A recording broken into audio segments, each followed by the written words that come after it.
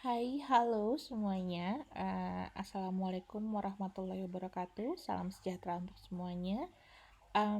Perkenalkan saya Yuni Susanti Pratiwi. Saya dari program studi S2 IKD FK Unpad yang kali ini diminta bertugas oleh Dr. Nova nih koordinatornya untuk sedikit berdiskusi bersama teman-teman dari S2 IKD tentang endocrine response on exercise. Jadi sebelumnya kita akan kembali merefresh lagi tentang apa itu sistem endokrin. Seperti kita tahu bersama bahwa sistem endokrin ini bekerja sama erat dengan nervous system, yaitu hipotalamus dan pituitary gland ya. Kemudian juga sistem endokrin ini juga ada thyroid gland, parathyroid, kemudian adrenal, pankreas, dan sexes hormone. Jadi endocrine system sebetulnya merupakan gabungan dari berbagai kelenjar yang memproduksi dan mensekresi hormon spesifik ke dalam darah. Di mana ada tadi banyak kelenjar endokrin yang saya sebutkan tadi. Pada fokus diskusi kali ini mungkin kita tidak akan membahas semuanya, tapi lebih berfokus pada beberapa hormon yang mungkin berpengaruh terhadap metabolisme selama exercise ya. Jadi yang pertama merupakan mungkin adrenal glands yang specifically memproduksi epinefrin, norepinefrin yang mempunyai banyak peran kunci pada fungsi fisiologis tubuh kita, dan juga peran insulin sama glukagon serta growth hormone yang dirilis oleh anterior pituitary gland. Selanjutnya kita coba berkenalan dulu dengan hormon, mungkin refreshing kembali ulang apa itu hormon. Hormon merupakan suatu trace substance yang diproduksi dan disekresi oleh berbagai kelenjar endokrin yang kemudian akan dibawa ke aliran darah untuk mencapai ke berbagai target tissue. Hormon ini juga berfungsi meregulasi banyak sekali fungsi-fungsi fisiologis dan fungsi-fungsi metabolik, dan kemudian hormon akan bersirkulasi dalam darah untuk mencapai beberapa target tissue dan bekerja bersama dengan nervous system untuk mempertahankan homeostasis. Beberapa faktor dapat mempengaruhi blood hormone concentration. Jadi hormon hanya akan mempunyai pengaruh pada beberapa jaringan target melalui fungsi-fungsi spesifik reseptor atau trigger events pada suatu sel. Konsentrasinya menentukan besarnya efek dari hormon tersebut terhadap tissue level. Nah, di sini ada beberapa determinan factors yang sudah diketahui dapat mempengaruhi peran-peran hormon concentration tadi ya. Yang pertama adalah laju sekresi hormon dari kelenjar endokrin. Yang kedua adalah laju metabolisme atau ekskresi dari hormon. Kemudian yang ketiga adalah jumlah atau kuantitas dari protein transport, dan yang keempat adalah memang ada perubahan di plasma volume. Nah, sampai sejauh ini beberapa penelitian menyatakan bahwa exercise itu lebih berpengaruh terhadap konsentrasi, atau ada perubahan konsentrasi dari blood hormone concentrationnya melalui perubahan dari plasma volume. Tapi tidak menutup kemungkinan juga ada juga pengaruh terhadap ketiga faktor yang lain. Di sini saya coba refresh ulang bagaimana sih sebetulnya hormon itu bisa menyebabkan suatu pengaruh terhadap sel ya. Jadi hormon itu biasanya mempengaruhi aktivitas seluler melalui 3 cara, yaitu yang pertama membuat perubahan pada membran transport. Jadi misalnya dia mengaktifasi karier molekul atau meningkatkan movement dari substrat atau ion dari outside ke inside cell, contohnya insulin. Kemudian yang kedua, melalui perubahan aktivitas dari DNA untuk meningkatkan sintesis protein. Contohnya steroid hormon, di mana lipids akan diffuse melalui membran lebih mudah dan berdekatan dengan sitoplasma. Mekanisme yang ketiga adalah aktivasi dari second messengers melalui G protein. Ini tidak menyeberang membran seperti yang tadi yang mekanisme yang kedua. Dia lebih menggunakan second messenger, yaitu berupa siklik AMP, kalsium, inositol trifosfat, dan diacylglycerol. Insulin ini tidak menggunakan secondary messengers. Nah, setelah tadi semua kita bahas mengenai beberapa faktor basic terhadap sistem endokrin, kita akan coba mulai masuk ke beberapa macam hormonnya ya. Yang pertama adalah growth hormone. Growth hormone itu diketahui memstimulasi melepaskan suatu substansi namanya insulin-like growth factors atau IGF ya. Hormon ini esensial sekali untuk pertumbuhan untuk semua jaringan. Jadi karena dia berpengaruh terhadap uptake asam amino yang nantinya akan menstimulasi protein sintesis dan juga berperan terhadap pertumbuhan tulang-tulang panjang. Pada beberapa aspek klinis itu kadang-kadang growth hormone ini digunakan sebagai salah satu modalitas terapi untuk dwarfism. Kadang-kadang juga digunakan pada atlet. Nanti kita akan bahas mengenai kontroversi ini berikutnya ya. Dan juga beberapa sudah mulai digunakan sebagai suatu terapi yang sifatnya masih eksperimental terhadap beberapa proses penuaan. Selain juga esensial terhadap pertumbuhan dari jaringan, growth hormone ini juga sebetulnya membantu mempertahankan atau memaintain plasma glukos bersama dengan kortisol. Growth hormone sifatnya berlawanan dengan insulin, tapi keduanya bersama dengan insulin itu fungsinya untuk mempertahankan plasma glukos. Growth hormone meningkatkan gluconeogenesis, yaitu pembentukan glukosa di hati, dan juga memobilisasi asam lemak dari jaringan lemak. Ini adalah bagaimana olahraga dapat mempengaruhi growth hormone. Jadi bersama-sama dengan tidur dan juga stres atau low plasma glucose itu akan menstimulasi yang namanya hipotalamus. Hipotalamus ini akan mengeluarkan sinyal positif terhadap growth hormone releasing factor dan menghambat somatostatin, akan pengaruhi anterior pituitary yang akan merilis growth hormone. Growth hormone ini akan menuju ke spesifik tisunya yaitu liver dan beberapa other tissue yang akan mengeluarkan yang namanya tadi IGF ya, insulin-like growth factors. Ini akan menyebabkan stimulasi protein sintesis dan pertumbuhan, meningkatkan gluconeogenesis di liver dan juga menghambat masuknya glukosa ke dalam sel lemak. Tadi kan fungsi tadi untuk memobilisasi sel lemak tadi ya, jadi dia menghambat glukosa yang berlebihan masuk ke adiposel. Sebagai negatif feedback mekanismenya adalah IGF-1 dan juga kadar growth hormone pada darah.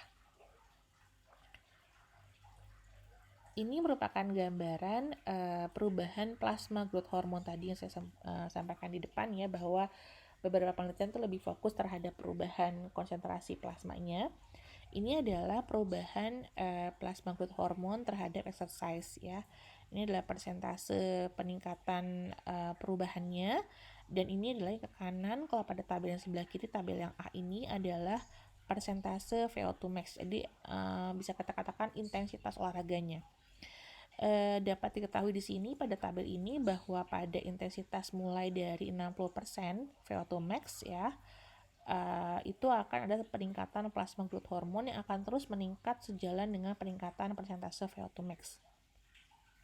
Sementara kalau dilihat dari pengaruh waktu pelatihan ya, ini yang hijau ini adalah orang sehat biasa, dan yang biru ini adalah atlet pelari dalam hal ini. Tampak bahwa pada keduanya terdapat peningkatan, namun meningkat lebih besar pada runner dan bisa kita lihat lebih stabil ya. Jadi sesuai sebetulnya dengan kebutuhan tadi. Semakin lama berolahraga, maka akan semakin banyak dibutuhkan glukos baru untuk aktif muscle tissue yang dapat didapatkan dari gluconeogenesis dan mobilisasi asam lemak. Jadi memang sejak menit ke-20 ini tampak bahwa plasma growth hormone itu akan semakin meningkat gitu. Jadi kelihatan ya kalau misalnya dari sini akan memudahkan para dokter fisiologis olahraga untuk menentukan resep olahraga. Misalnya kalau misalnya pada elderly yang mengalami sarkopenia atau penurunan massa otot, sudah sangat jelas bahwa yang dibutuhkan itu adalah olahraga yang seperti apa dan berapa lama. Kemudian kita beranjak ke hormon yang kedua. Kalau tadi kita bicara tentang hormon yang ada di anterior pituitary gland, sekarang kita bicara tentang hormon yang ada di posterior pituitary gland, yaitu ADH atau antidiuretic hormone. ADH ini bekerja dengan mengurangi kehilangan cairan dari tubuh dengan memaintain plasma volume. Jadi dia memang meningkatkan reabsorpsi air di tubulus ginjal ya, untuk dikembalikan ke dalam kapiler. Biasanya ADH ini akan distimulasi oleh high plasma osmolality atau low plasma volume. Jadi istilahnya kalau gampangannya sih dia akan distimulasi karena penurunan osmolalitas cairan gitu ya. Maaf, penurunan plasma volume dan peningkatan plasma osmolalitas.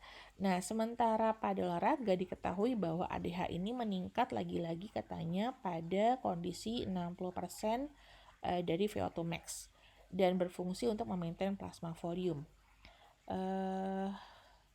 Di sini mungkin ada gambarnya ya, ini gambarnya bahwa pada persentase VO2 max seperti ini, maka dia akan mulai masuk ya, ADH-nya mulai meningkat untuk memaintain plasma volume.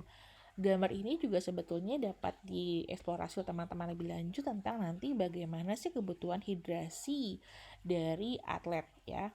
Kalau misalnya dia presentasi di atas 60% VO2 max, ternyata ADH-nya meningkat. Dalam hal ini maka ADH ini akan memaintain atau mencegah atau meningkatkan reabsorpsi dari cairan. Ini dapat menjadikan gambaran bagaimana sih sebaiknya anjuran rehidrasi yang tepat pada golongan atlet, terutama yang intensitasnya tinggi di atas 60% dari VO2 max. Kita bergerak sekarang ke adrenal medula, semakin turun ya. Adrenal medula ini kita ketahui bersama mensekresi katekolamin, yaitu adalah epinefrin dan norepinefrin. Keduanya merupakan fast acting hormones, bagian dari fight and flight response yang efeknya meningkatkan heart rate dalam hal memaintain dari blood pressure. Tapi katekolamin ini juga dapat berfungsi dalam maintenance dari plasma glucose concentration. Epinefrin dan norepinefrin itu akan meningkat secara linear during exercise. Nah, ini nanti saya mau tanya sama teman-teman nih, boleh diskusi masing-masing. Kalau tadi sebelumnya kita lihat ya, peningkatannya kan agak melengkung ya, tapi kalau yang ini nih, yang norepinefrin dan epinefrin ini keduanya meningkatnya linear. Ini apa maknanya? Nanti sama-sama dicari ya. Nah, peningkatan linear selama exercise ini menunjukkan bahwa selama olahraga, mulai menit ke-20 nih ya, mulai menit ke-20 akan ada peningkatan epinefrin dan norepinefrin. Hal ini berfungsi sebagai, karena tadi fungsinya untuk memobilisasi free fatty acid dan memaintain plasma glucose. Decrease plasma level tapi yang ditemukan pada olahraga yang kronis ya. Jadi pada olahraga yang sifatnya kronis seperti gambar berikut ini, ini dia gambarnya. Kita bisa lihat bahwa semakin lama orang berolahraga atau semakin kronis, maka ternyata peningkatan tadi akan semakin menurun. Hal ini menunjukkan bahwa epinefrin dan norepinefrin ini akan semakin efektif atau akan semakin tidak meningkat kalau sudah ada adaptasi tubuh terhadap olahraga dalam waktu yang kronis, sehingga maintenance blood plasma glukosnya itu tidak lagi diperlukan atau tidak perlu dibantu lagi oleh epinefrin dan norepinefrin. Kalau kita lihat di tabel sebelah kiri nih, ada gambaran ya bahwa ini adalah waktu menit ya. Ini adalah plasma epinefrin dan ini adalah kalau intensitas exercise-nya ya. Kita bisa lihat bahwa intensitas exercise yang 40 sampai 60% VO2 max atau intensitas rendah tetap akan meningkat, namun tidak semeningkat yang high intensity ya. Jadi ini yang light intensity, kemudian ini yang moderate, ini kemudian ini very high intensity, dan ini very very high intensity. Kita lihat bahwa dia akan tadi kan fast response ya. Begitu kita ada exercise yang berat, tiba-tiba dia akan langsung cepat naik set untuk mempertahankan tadi glucose level homeostasisnya, untuk menjamin bahwa special tissue yang digunakan pada aktivitas berat ini mempunyai cukup asupan dari glukosa. Namun dengan high intensity dengan intensitas semakin berkurang, maka dia juga kan naiknya semakin pelan tapi linear. Tapi pada kondisi adaptasi di mana terdapat olahraga yang sudah kronis lebih dari 3 minggu nih ya, dia levelnya akan semakin turun dan akan semakin blunt. Artinya tubuh sudah beradaptasi dan sudah mampu mempertahankan blood glucose levelsnya dengan lebih efisien dan lebih baik. Ini menunjukkan gambaran bahwa sebetulnya kalau misalnya kita ingin lihat misalnya efek olahraga terhadap respon glukos metabolism atau fat metabolism, maka kita bisa lihat setelah minggu-minggu 3 dan minggu keempat di mana sudah ada kestabilan dari hormon-hormon di medula adrenal ini. Kalau tadi kita ke medula adrenal, sekarang kita bergeser sedikit ke adrenal cortex ya. Adrenal cortex ini memproduksi 2 jenis hormon, yaitu mineralocorticoids, yaitu aldosteron yang fungsinya meregulasi blood pressure bersamaan dengan ADH tadi, dan juga glucocorticoids yang menghasilkan kortisol. Dia juga bersama-sama dengan growth hormone meregulasi plasma glukos ya tadi ya, support by growth hormone melalui pemecahan protein dan penggunaan dari free fatty acid sebagai bahan bakar utamanya. Kalau insulin tadi menggunakan glukos, nah kalau growth hormone dan kortisol lebih banyak menggunakan pemecahan protein dan free fatty acid. Ini adalah gambaran tadi ya, kalau kita bicara tentang aldosteron, ternyata pada aldosteron juga ada peningkatan nih, baik dari aldosteron plasma levelnya, renin-angiotensinnya, dan angiotensin 2 pada kondisi olahraga di atas 40% VO2 max. Nah, ini menjadi suatu special concern ya untuk dokter-dokter fisiologis yang ingin meresepkan olahraga untuk pasien-pasien hipertensi, terutama untuk pasien-pasien yang mengkonsumsi ACE inhibitors tadi ya. Nanti kita akan diskusikan lagi bagaimana sih sebetulnya cara memberikan resep olahraga yang tepat ya, karena olahraga juga diketahui sebagai salah satu modalitas terapi untuk hipertensi, tapi kita juga nggak pengen olahraganya ini berdampak terhadap kandungan angiotensin 2-nya, di mana angiotensin 2 ini kan vasokonstriktor ya. Jadi kalau misalnya pasien lagi hipertensi, kita kasih olahraga di atas 40% VO2 max tuh nanti dia akan terdapat efek vasokonstriktor yang tidak kita inginkan. Belum lagi kalau misalnya pasiennya minum ACE inhibitors, ini juga kita harus ada special consideration bagaimana cara mengaturnya supaya pasien hipertensinya ini tetap berolahraga tapi juga mendapatkan manfaat dari olahraganya. Kemudian kita akan bergerak ke arah kortisol. Kortisol ini sebetulnya berfungsi sekali dalam memaintain plasma glukos bersama dengan growth hormone dan insulin ya. Karena dia mempromot pemecahan protein untuk gluconeogenesis, menstimulasi free fatty acid mobilization, menstimulasi glukosintesis, dan menghambat peningkatan penyerapan glukos ke dalam darah. Jadi dia berlawanan dengan insulin ya. Dan dia lebih mempromot penggunaan free fatty acid sebagai fuel, sebagai sumber bahan bakar. Jadi ini merupakan salah satu hormon yang diinginkan ya untuk misalnya orang-orang yang olahraganya ingin menurunkan kadar asam lemak gitu ya. Kapan nih kortisolnya muncul gitu ya? Karena kortisol ini kalau muncul maka dia akan memaksa tubuh kita untuk menggunakan free fatty acid sebagai bahan bakar utama. Kortisol distimulasi oleh 2 hal, stress dan exercise ya. Nah, namun pada exercise ini kortisol ini menurun selama low intensity exercise. Kenapa nih? Mangga silakan di self study, dan juga meningkat selama high intensity exercise. Jadi kalau di atas 60% VO2 max itu dia juga akan meningkat. Silakan didiskusikan teman-teman tentang pertanyaan ini ya nanti ya. Oke, berikutnya ini adalah merupakan bagian bagaimana sebetulnya olahraga dapat mempengaruhi cortisol level. Jadi olahraga ya terutama yang sifatnya dia bone break atau sifatnya itu kayak olahraga yang sangat berat, kemudian juga ada luka bakar atau ada stres, dia akan meningkatkan atau menstimulasi hipotalamus untuk mengeluarkan yang namanya cortisol releasing hormones. Cortisol releasing hormone ini akan berpengaruh terhadap anterior pituitary gland yang merilis ACTH atau adrenocorticotropin hormone menuju ke adrenal cortex. Adrenal cortex ini akan meningkatkan mengekspresikan kortisol. Kortisol berfungsi terhadap memobilisasi tisu amino acid, memobilisasi asam lemak, menstimulasi gluconeogenesis, dan menghambat masuknya glukos ke dalam jaringan.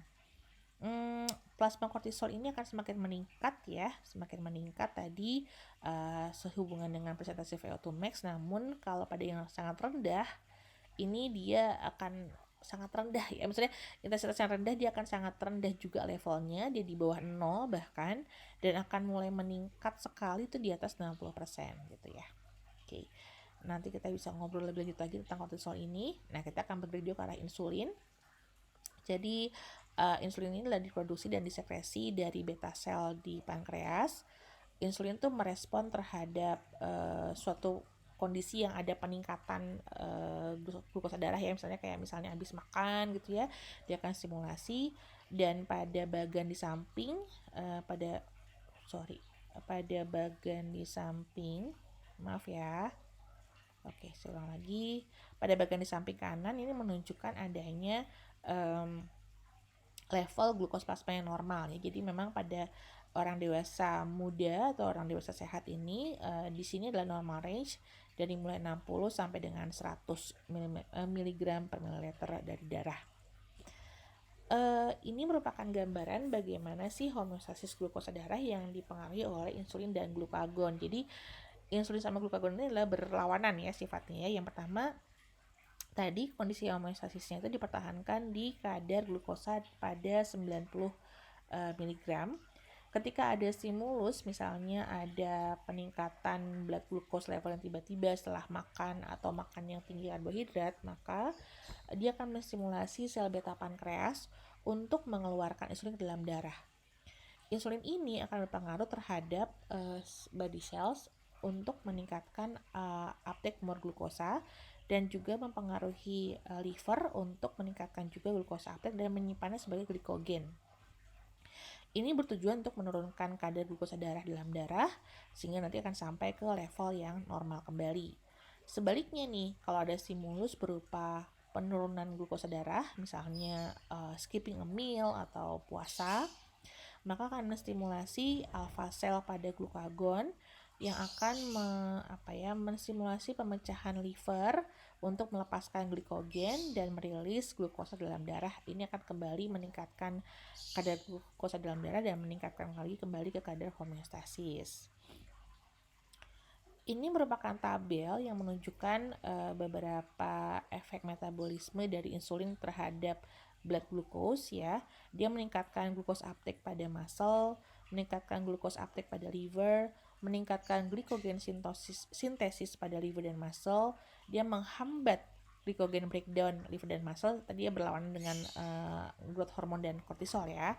Dan juga meningkatkan glikolisis, acetyl-CoA production di liver dan muscle.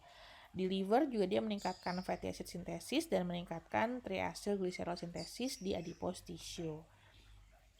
Oke, jadi mohon diperhatikan bahwa sebetulnya selama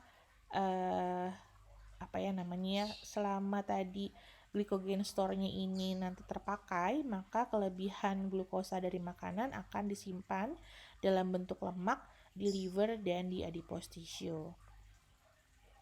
Oke, ini merupakan gambaran bagaimana sih plasma insulin terhadap intensitas dari latihan dan juga lama latihan ya. Jadi kalau misalnya kita ini berolahraga, walaupun pada kondisi yang substeady, misalnya di level yang sangat rendah, maka terdapat penurunan dari plasma insulin. Penurunan plasma insulin ini dihubungkan juga dengan adanya penurunan blood flow pada organ-organ yang tidak aktif ya. Jadi sebetulnya ini dihubungkan bahwa bukan artinya dia sangat menurun ya, tapi dia lebih kepada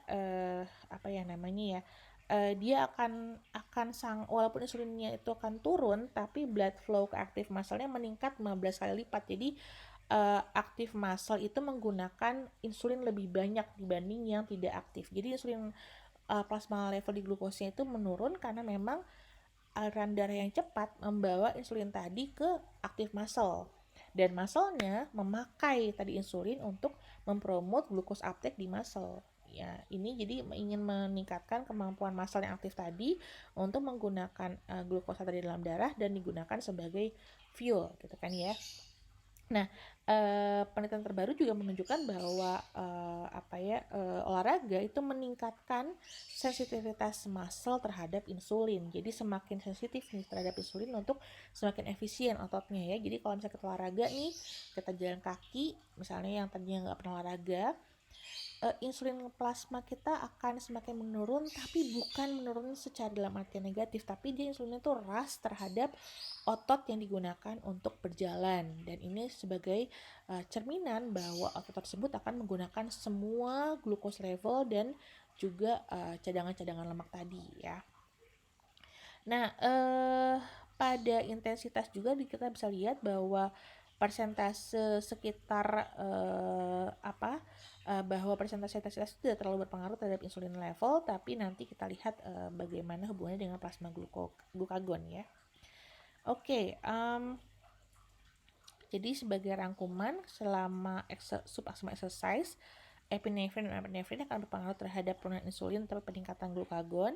Ini akan mempengaruhi pada adiposel berupa perubahan triacylglycerol menjadi free fatty acid yang meningkatkan plasma free fatty acid, dan peningkatan glukagon ini kan juga merubah glikogen menjadi glukos, akan memaintain blood glucose. Kemudian hormon yang kedua adalah hormon glukagon ya. Kalau tadi ada insulin, ini ada glukagon. Glukagon ini diproduksi dan disekresi oleh alpha cell pada pankreas. Fungsi utama glukagon adalah memaintain blood glucose ketika ada penurunan plasma blood glucose ya. Ini juga akan fungsi lainnya adalah untuk mengaktifasi pemecahan glikogen di hati yang menimbulkan peningkatan kadar glukosa plasma. Glukagon itu selama olahraga itu seperti gambar ini ya, seperti gambar yang sebelah kanan, bahwa pada awalnya blood glucose levelnya kan tadi turun ya, karena tadi working muscle-nya mengekstrak glukosa di dalam darah. Nah, penurunan ini akan meningkatkan stimulasi rilisnya glukagon. Peningkatan glukagon ini akan mengaktifasi glycogen breakdown di liver dan akan menghasilkan rilis dari glucose into the blood. Sehingga otot yang bekerjanya menggunakan source dari glucose untuk cadangan, dan ATP production menggunakan tadi dari liver dari glycogen stores yang disimpan di hati. Tabel ini menunjukkan, yang tabel 233 ini menunjukkan bahwa adanya metabolic effect dari glukagon. Dapat lihat di sini bahwa sebetulnya fungsi utama glukagon adalah memecahkan cadangan glikogen di hati yang akan dirilis dalam bentuk glukosa ke dalam darah. Namun kita lihat nih bahwa sebetulnya ada juga fungsi lain dari glukagon, yaitu namanya gluconeogenesis di hati. Gluconeogenesis ini menunjukkan bahwa ketika cadangan glikogennya habis, maka liver akan menggunakan cadangan lain dalam bentuk amino acid dan fat. Nah, ini sangat penting perannya pada olahraga-olahraga yang jangka waktu lama. Ketika glukosanya habis, glikogennya habis, maka si glukagon ini akan memungkinkan seseorang menggunakan cadangan-cadangan lain, yaitu berupa asam amino dan lemak. Oke, kemudian berikutnya adalah ini adalah gambarannya ya, yang ini yang menarik nih. Pada exercise yang lama atau pada atlet itu glukagon levelnya bland, jadi datar ya. Jadi pada kondisi yang sudah terlatih, orang-orang terlatih ini, maka glukagon levelnya tidak lagi meningkat seperti yang orang bukan atlet ya. Jadi ini merupakan gambaran bahwa pada olahraga yang lama atau olahraga yang kronis itu membuat tubuh kita semakin efektif dan menggunakan fats dan rely less on blood glucose. Ya, jadi makanya kalau atlet tuh jarang ada yang gemuk, karena tadi ya ketika dia semakin sering olahraga, maka glukagonnya akan semakin efisien, sehingga dia akan semakin sering menggunakan fat sebagai sumber utama dari bahan bakarnya. Nah, sebagai rangkuman, bahwa insulin dan glukagon ini memegang peran penting dalam peningkatan muscle glucose selama exercise, dan glucose ini mempunyai peran yang paling penting juga dalam memaintain blood glucose level during exercise, dan bersama-sama dia menjamin adanya sumber bahan bakar dan ATP production selama olahraga ya. Lalu kita bergerak ke hal-hal baru, jadi selain tadi endocrine gland yang ada di halaman awal tadi, kita juga ternyata mulai diperkenalkan dengan konsep jangan-jangan muscle juga merupakan endocrine gland, karena sekarang kita ada yang namanya myokines ya, signaling molecules, yang ketika dia berkontraksi, ketika otot berkontraksi, si myokines ini akan muncul dan menstimulasi glucose uptake dan oksidasi fatty acid. Dia juga mempromot blood vessel growth in muscles dalam halnya training agitation yang bikin orang bodybuilder badannya gede-gede tuh, dan juga mempromot produksi liver glucose dan juga breakdown triglyceride. Penelitian menunjukkan bahwa olahraga yang reguler itu mempromot anti-inflammatory environment melalui rilis dari myokines. Ini akan membantu penurunan kronik inflamasi dan resiko penyakit jantung, diabetes tipe 2, dan beberapa kanker. Jadi ini juga merupakan hal yang baru. Teman-teman boleh explore apa itu myokines dan apa ini perannya myokines pada olahraga terhadap penurunan obesitas dan juga pada bodybuilder ya. Hormonal kontrol terhadap substrate ini jadinya lebih kepada muscle glycogen utilization. Ini berpengaruh terhadap exercise intensity. Semakin tinggi intensitas olahraga akan menghasilkan semakin cepat dan semakin besar glikogen yang digunakannya. Kemudian plasma epinefrin merupakan suatu simulator terhadap glikogenosis yang sangat kuat. Oke, inilah gambaran glycogen depletion during exercise. Ini adalah yang ditampilkan adalah level dari glycogen depletion-nya. Ini merupakan dari waktu latihan ya. Ini persentase dari VO2 max-nya yang 120, 90, dan 75. Dapat dilihat bahwa semakin rendah atau semakin rendah exercise-nya, maka glycogen depletion-nya juga akan semakin lambat akan menurun ya. Baik, ini adalah mungkin slide terakhir dari saya, yaitu merupakan rangkuman dari hormonal response exercise ya. Jadi kalau misalnya terhadap persentase VO2 max, ini kita bisa lihat insulin akan menurun, sementara akan meningkat tadi epinefrin, norepinefrin, growth hormone, kortisol, dan glukagon sejak dari persentase intensitas ringan sedang, yaitu 40-60% VO2 max. Sementara terhadap waktu, insulin juga akan menurun, kemudian juga gambar yang sama terhadap gambar yang sama ada di yang tadi lagi ya, gambar yang sama juga terjadi pada hormon epinefrin, norepinefrin, growth hormone, dan kortisol, dan glukagon sejak mulai durasi olahraga itu 20 menit ya. Oke, further self study ya mungkin teman-teman. Jadi sebetulnya walaupun tadi sudah ada banyak sekali studi tentang apa sih pengaruh olahraga terhadap fungsi hormonal kita, tapi dengan adanya perkembangan teknologi zaman saat ini nih, terutama pada olahraga immunoassay, maka sebetulnya di bidang ini juga banyak yang mesti dieksplor ya. Jadi kalau misalnya kita lihat nih beberapa penelitian terdahulu, kalau teman-teman mau mulai explore lagi, kebanyakan hanya menjawab what happens gitu. Jadi how do hormones change in response to an exercise session, tapi belum menjawab dua pertanyaan lainnya, yaitu why does it happen dan how does it happen. Jadi kalau why itu sebetulnya apa sih peran fisiologis dari hormonal itu terhadap exercise skenario, dan apakah kita bisa mengukur tadi ya. Kalau tadi kan sebetulnya hanya cross sectional ya, tapi dengan perkembangan teknologi ini mungkin diharapkan bisa ada pengukuran yang on time terus menerus untuk memperlihatkan konsekuensi dari downstream events-nya. Kemudian how does it happen, jadi secara mekanik sebetulnya apa sih cara untuk meregulasi dan induksi respon tertentu. Kemudian juga yang bisa kita dieksplor juga adalah endocrine profiles among athletes, exercise for a subgroup, kemudian sexes differences, dan number of type of hormone yang mimetics and so on. Ini merupakan subjek self study teman-teman tadi ya. Kalau tadi saya memberikan dasarnya saja, mangga teman-teman bisa eksplor lagi lebih lanjut mengenai topik-topik di atas ini.